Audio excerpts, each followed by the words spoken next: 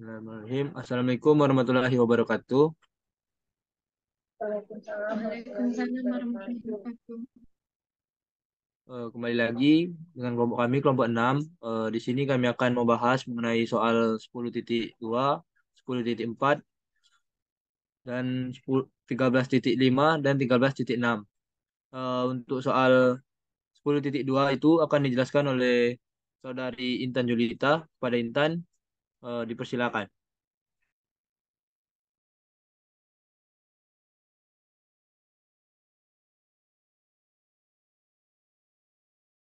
Baik, terima kasih moderator. Saya akan menjelaskan uh, sudut dua.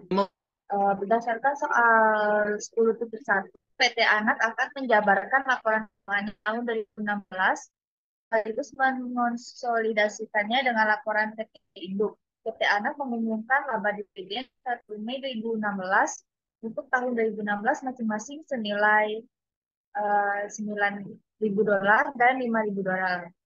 Tidak ada penurunan nilai atas fitur tahun 2016. Fitur kurs yang relevan untuk tahun 2015 dan 2016.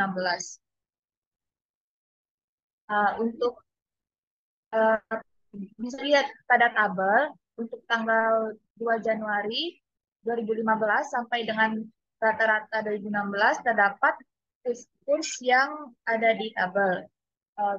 Bisa dilihat pada tabel. Nah, kemudian berikut adalah neraca saldo PT Induk rupiah dan PT Anak dalam dolar pada tanggal 31 Desember 2016. Nah, untuk bisa dilihat pada tabel untuk kas piutang persediaan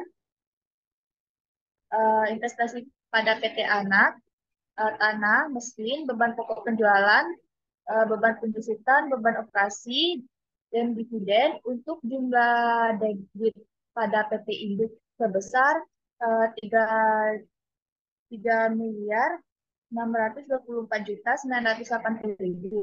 PT Anak sebesar 173.500.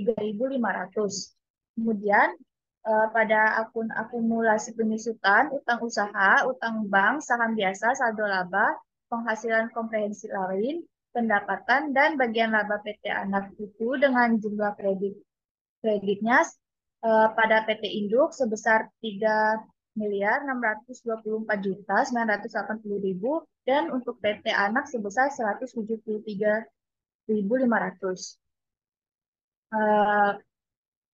Diminta yang pertama, buatlah jurnal pencatatan PT Induk atas investasinya pada PT Anak tahun 2016.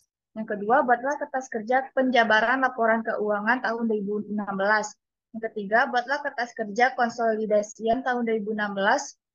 Berikut perhitungan yang diperlukan.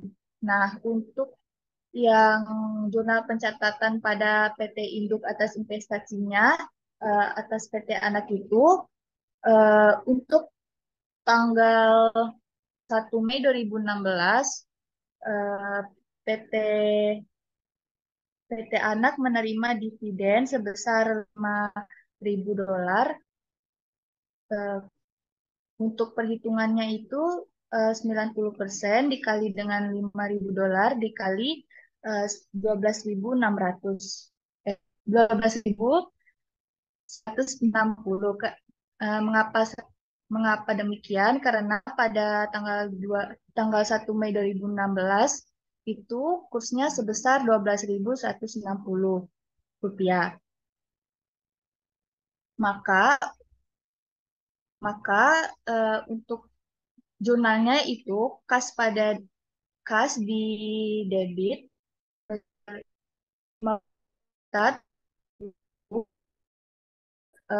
investasi pada PT Anak di kredit sebesar 54.720.000. Kemudian pada tanggal 31 Desember 2016, PT Anak menerima bagian laba sebesar $9.000. Untuk perhitungannya yaitu 90% dikali $9.000 dikali 12.300. Mengapa 12.300? Karena pada tanggal 31 Desember 2016 kursnya se kursnya sebesar 12.300. Nah, untuk jurnalnya yaitu investasi pada PT Anak di debit sebesar 9.630.000 dan bagian laba PT Anak di kredit sebesar 99.360.000. Kemudian untuk kertas kerja penjabaran laporan keuangan.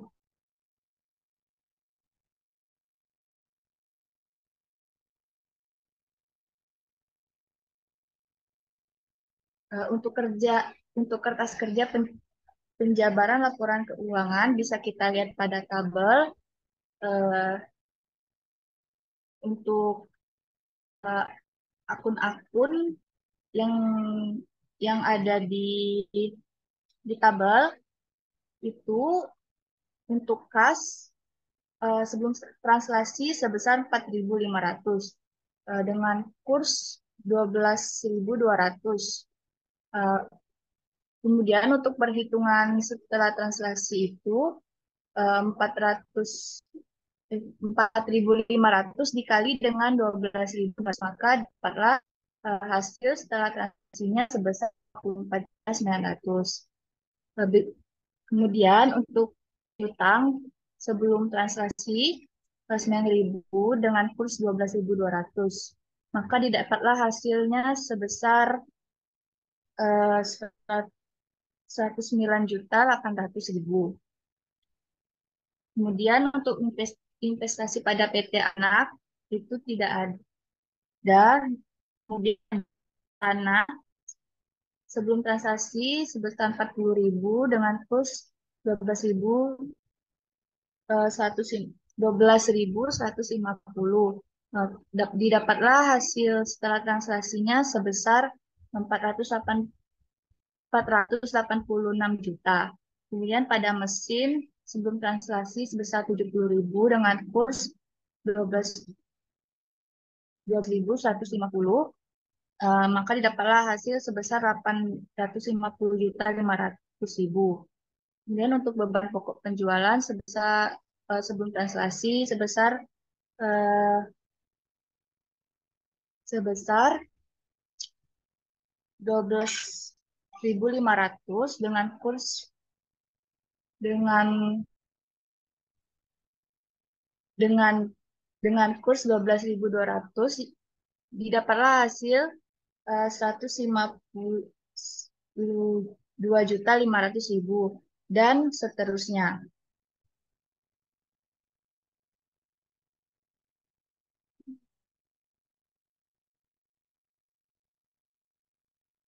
Maka didapatlah jumlah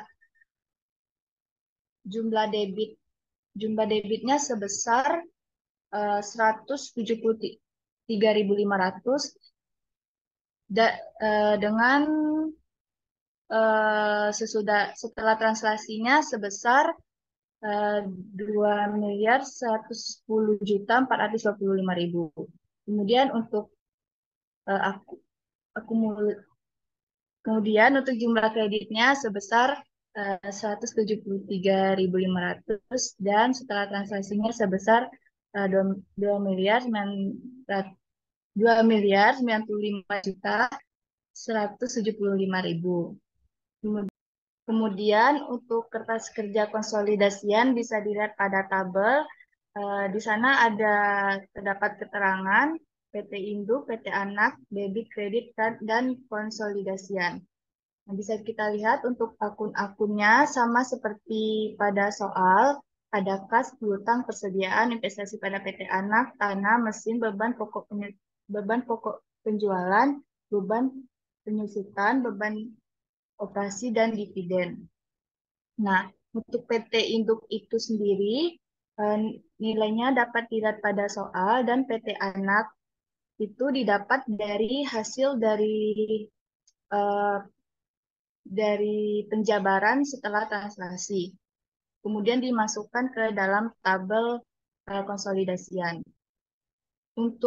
Kemudian untuk konsolidasian itu didapat dari 74 Untuk kas didapat dari penjumlahan dari PT induk dan PT anak.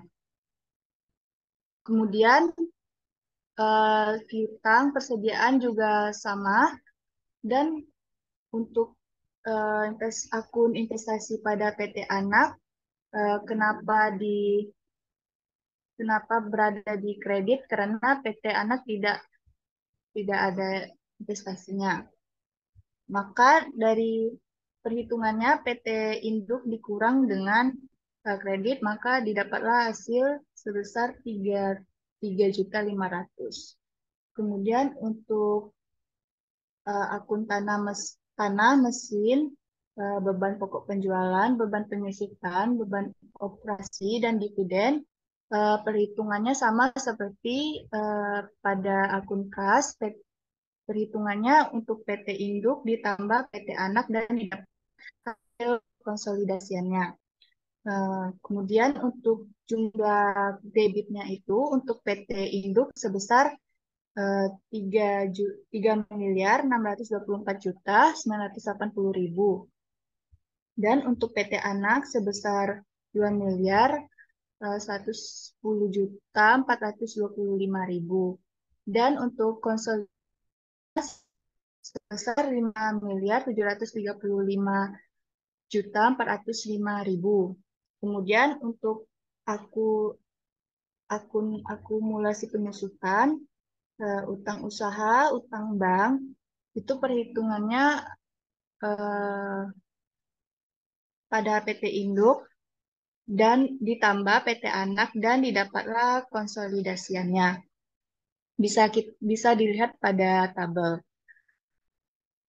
Kemudian pada saham biasa dan saldo laba terdapat debit untuk saham biasa itu sebesar 900 juta dan saldo laba sebesar 324.225.000. Maka didapatlah konsol- konsolidasian sebesar 1.500.000.000 dan untuk saldo laba sebesar 941.077.500 dan untuk penghasilan komprehensif lain itu eh, has, hasilnya bisa dilihat pada tabel. Dan pendapatan juga sama demikian. Dan untuk goodwill itu untuk PT anak sebesar PT induk sebesar 120 juta dan dieliminasi di debit sebesar 120 juta. Untuk bagian laba PT anak untuk PT induk sebesar 99.225.000 dan konsolidasiannya 99.225.000 dan untuk jumlah kredit untuk PT induk sebesar dua 219.225.000 untuk PT anak sebesar 2.065.175.000 dan konsolidasiannya sebesar 14.602.515.000. Nah, untuk jurnal eliminasi sudah seperti yang saya jelaskan untuk saham biasa untuk PT Anak di debit sebesar 900 juta, laba PT Anak sebesar di kredit sebesar 324.225.000, goodwill debit sebesar 120 juta dan untuk investasi pada PT Anak di kredit sebesar 1.344.225.000. Mungkin itu saja penjelasan untuk soal 10.2. Baik, terima kasih kepada Saudari Intan atas penyampaian materinya. Untuk Mate- Untuk soal selanjutnya itu akan dibahas oleh Saudari Pipin Darisna. Pada Pipin, saya persilakan. Baik, terima kasih kepada moderator.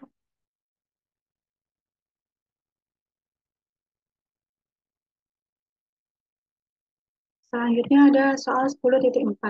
Berdasarkan soal 10.3, PT Anak akan menjabarkan laporan keuangannya tahun 2016 sekaligus mengkonsolidasikannya dengan laporan PT Induk. PT Anak mengumumkan laba dan dividen 1 Mei 2016 untuk tahun 2016 masing-masing senilai $9.000 dan $5.000. Tidak ada penurunan nilai atas goodwill pada tahun 2016. Berikut kurs yang relevan pada tahun 2015 dan 2016. Bisa dilihat pada tabel uh, pada tanggal 2 Januari 2015 kursnya 12.000 dan seterusnya.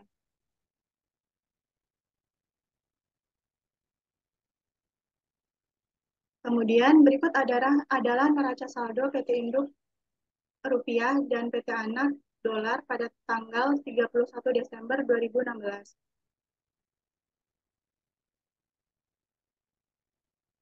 Kemudian yang diminta adalah yang pertama buatlah jurnal pencatatan PT Induk atas investasinya pada PT Anak tahun 2016 dan yang kedua buatlah kertas kerja penjabaran laporan keuangan tahun 2016 dan yang ketiga buatlah kertas konsolidasian tahun 2016 berikut perhitungan yang diperlukan. Jurnal pencatatan investasi PT Induk atas PT Anak yaitu yang pada tanggal 1 Mei 2016 terdapat kas di debit sebesar 48.640.000 dan investasi pada PT Anak di kredit sebesar 48.640.000. Kemudian pada tanggal 31 Desember 2016 investasi pada PT Anak di debit sebesar 88.560.000 dan bagian laba PT Anak di kredit sebesar 88.560.000. Kemudian yang kedua ada kertas kerja penjabaran laporan keuangan. Berikut adalah akun yang pertama yaitu akun kas, piutang, persediaan investasi pada PT Anak, tanah, mesin, beban pokok penjualan, beban penyusutan, beban operasi, dividen, maka dapatlah jumlah debitnya sebelum transaksi yaitu sebesar 173.500.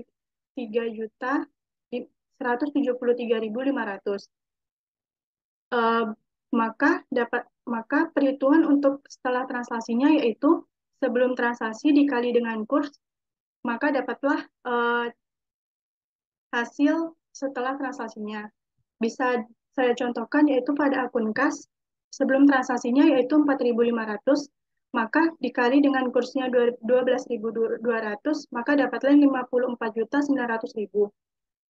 Dan perhitungannya sama sampai akun akhir.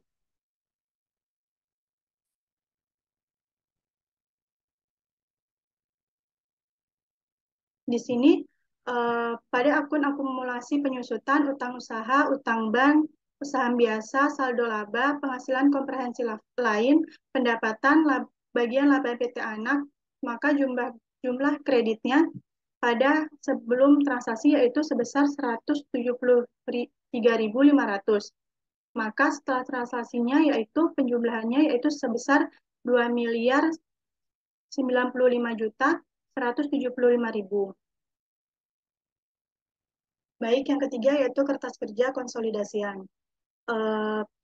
Data pada PT Induk ini didapat dari soal dan PT Anak ini didapat dari laporan keuangan kertas kerja sebelumnya setelah translasi. Pada akun kas yaitu sebesar 72.560.000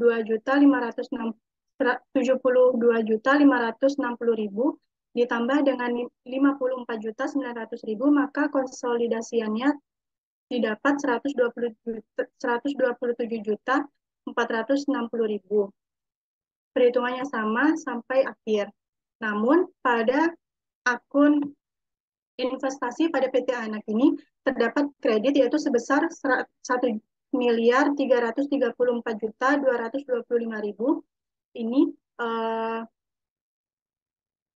sebagai pengurang, maka konsolidasiannya menjadi min karena jumlah di kredit ini lebih besar daripada jumlah pada PT Induk.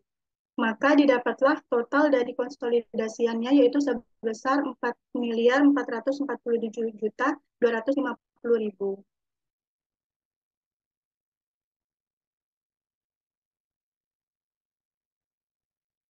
Kemudian ada jurnal eliminasi, yaitu saham biasa PT Anak di debit sebesar 900 juta. Kemudian laba PT Anak di debit sebesar 324.225.000 dan goodwill sebesar 120 juta di debit. Kemudian investasi pada PT Anak di kredit sebesar 1.344.225.000. Mungkin itu saja yang dapat saya sampaikan. Saya kembalikan ke moderator. Baik, terima kasih kepada Saudari Pipin. Untuk materi selanjutnya itu akan dijelaskan oleh Saudari Ropika. Pada Ropika, saya persilakan.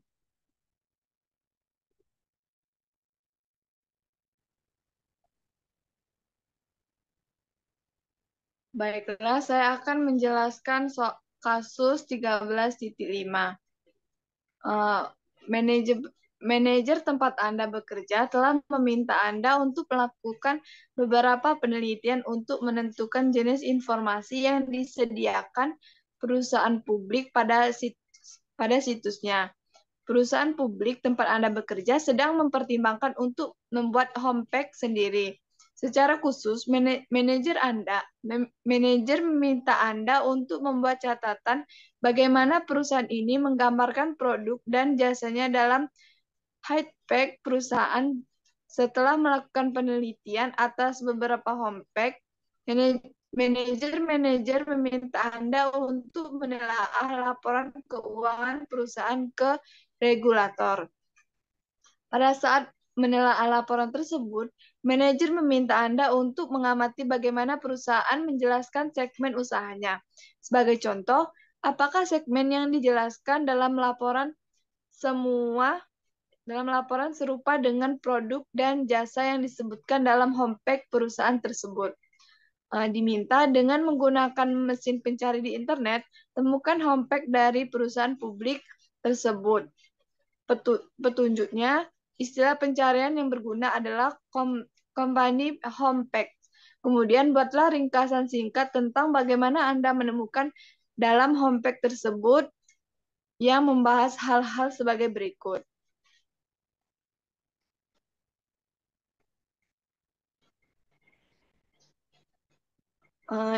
Jawabannya, yang pertama, apa jenis informasi yang diberikan terkait dengan produk atau jasa perusahaan? Lexmark International adalah sebuah perusahaan Amerika yang mengembangkan dan memproduksi produk printer dan pencitraan, dan menyediakan segala kebutuhan untuk semua ukuran printer dan perangkat lunak pengolah gambar, solusi, dan layanannya, termasuk di dalamnya adalah printer laser, produk multifungsi, perlengkapan printer, dan layanan bisnis untuk kalangan bisnis dan perusahaan. Perusahaan Lexmark mengkhususkan diri dalam bidang pembuatan printer dan aksesoris printer. Jangkauan produk perusahaan saat ini termasuk printer laser berwarna, printer laser monokrom, dan printer inkjet, yang kesemuanya dapat berikut dengan scanner atau termasuk semua dalam satu perangkat dengan fax, scanner, dan printer foto. Dan sudah barang tentu printer dan matriks. Serangkaian printer seri khusus jika dilengkapi dengan kartu aksesoris yang dijual secara terpisah atau satu kartu memori untuk menyimpan data dan satu kartu formulir Lexmark. Kedua, mampu menafsirkan data tekstual dan mengubahnya menjadi bentuk formulir. Untuk membuat bentuk formulir yang dibutuhkan untuk kerja, printer tersebut menggunakan paket perangkat lunak. Sebuah paket eksklusif yang tersedia di perusahaan Lexmark yang ditujukan untuk pengembang. Ini jenis yang sama dari perangkat lunak yang mulai digunakan pada rilis terbaru dari printer Lexmark dengan kemampuan kartu bisnis pemindaian mereka.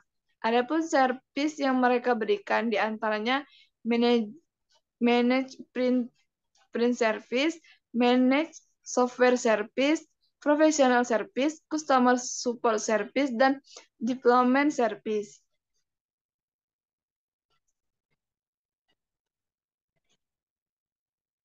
Dua, apa informasi lainnya yang terdapat dalam homepage? Informasi lain diantaranya, Lexmark di tahun 2012 merilis laporan corporate social responsibility.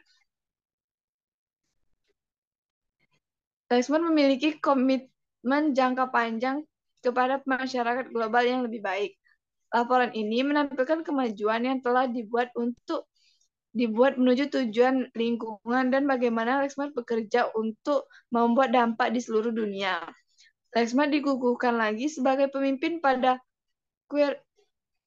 Quocirca MPS atau Managed Print Service, penjual landscape oleh leading Eropa yang berbasis analisis industri Quocirca perusahaan, dan pada tahun 2013 Lexmark dinobatkan dalam 100 perusahaan corporate responsibility. Untuk tahun ketiga berturut-turut, Lexmark telah dinobatkan sebagai salah satu dari Corporate Responsibility Magazine 100 Best Corporate Citizens untuk keunggulan dalam lingkungan dan HAM. Baik, terima kasih kepada Saudari Rofika atas penjelasannya. Untuk soal yang terakhir itu akan dijelaskan oleh Saudara Kadek. Kepada Kadek, silakan.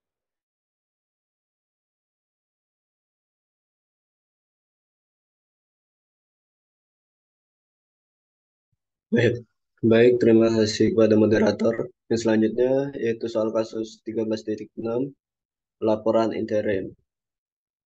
Perusahaan tempat Anda bekerja sedang mempertimbangkan untuk go public. Posisi Anda saat itu dalam kelompok laporan keuangan eksternal. Manajer tempat Anda bekerja meminta Anda untuk menelaah beberapa laporan kuartalan perusahaan publik untuk melihat jenis informasi yang harus diungkapkan.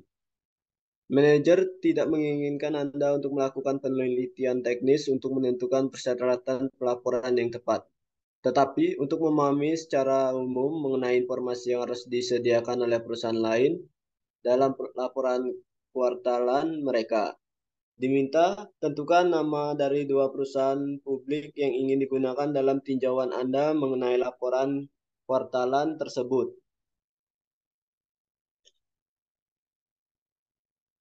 Petunjuk Anda berbagai cara untuk menentukan perusahaan publik ingin Anda teliti. Sebagai contoh, Anda dapat menggunakan mesin pencarian internet untuk menemukan homepage perusahaan publik. Istilah pencarian yang berguna adalah company homepage.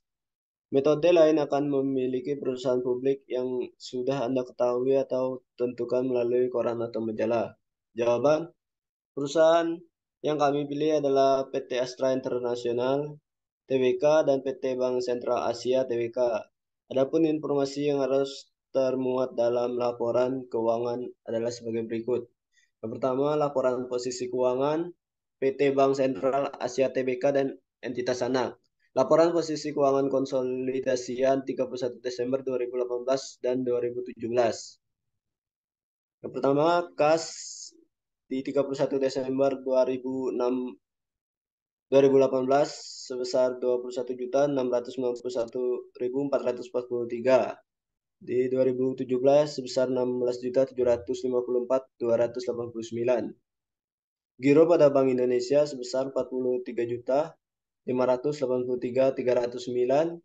Di 2017 43.470.752. Giro pada bank lain sebesar 8.497.938 rupiah. Di 2017 sebesar 9 juta 93.572. Penempatan pada Bank Indonesia dan bank-bank lain di 2018 sebesar 31.811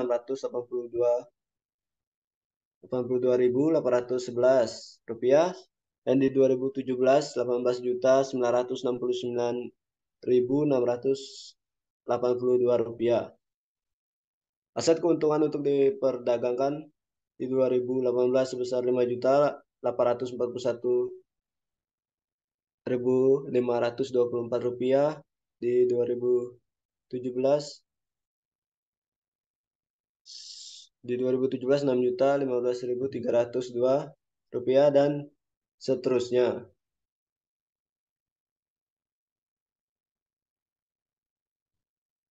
Yang kedua, laporan laba rugi. Yang pertama, pendapatan bunga dan syariah. Jumlah pendapatan bunga dan syariah sebesar 58.788.800 rupiah di 2018, dan di 2017 53.767.939 ribu rupiah. Jumlah yang selanjutnya, jumlah beban bunga dan syariah, yaitu di 2018 sebesar 11.476.255 rupiah, dan di 2017 11.941.465 rupiah. Pendapatan bunga dan syariah bersih sebesar 45.290.545 rupiah di 2018, dan di 2017 sebesar 41.828.474 rupiah. Ya, dapat dilihat di bawahnya, dan seterusnya. Yang selanjutnya, laporan perubahan ekuitas. Dapat dilihat pada saldo per 31 Desember 2017, modal ditempatkan dan disetor penuh sebesar Rp1.540.938. Yang selanjutnya,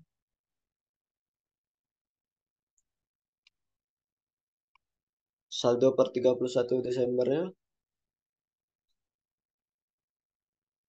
pada tambahan modal disetor sebesar Rp5.445.577, dan surplus revaluasi aset tetapnya saldo per 31 Desember 2016 sebesar Rp8.751.748, dan seterusnya.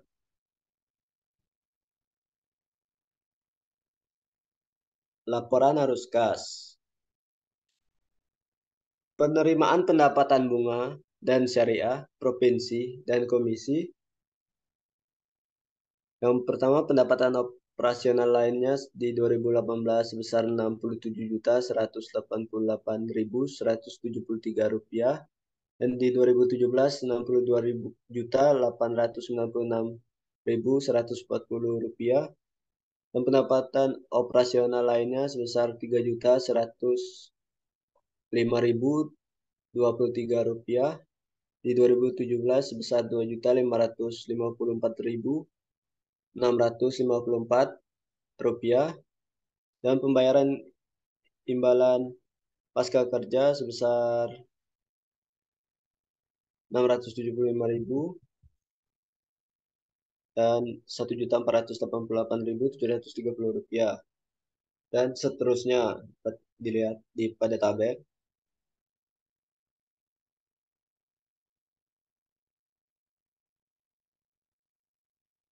Ya, yang selanjutnya, arus kas dari aktivitas investasi pembelian efek-efek untuk tujuan investasi sebesar Rp80.180.019.462 dan Rp90.070.000 Rupiah.